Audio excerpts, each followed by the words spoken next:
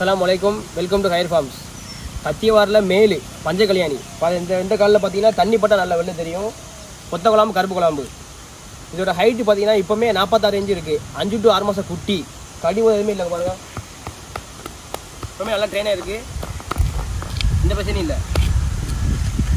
சின்ன பிள்ளைங்க வாங்குறவங்க தாளமந்து குதிரை வாங்கி வளர்த்துக்கலாம்.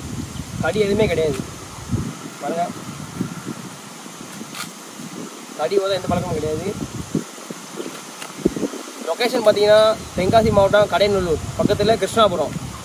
ஓனர் நம்பரையும் ஸ்க்ரீனில் கொடுக்குறேன், என்னோடய நம்பரையும் கொடுக்குறேன். வேணுங்கிறவங்க கால் பண்ணி பர்ச்சேஸ் பண்ணிக்கலாம்.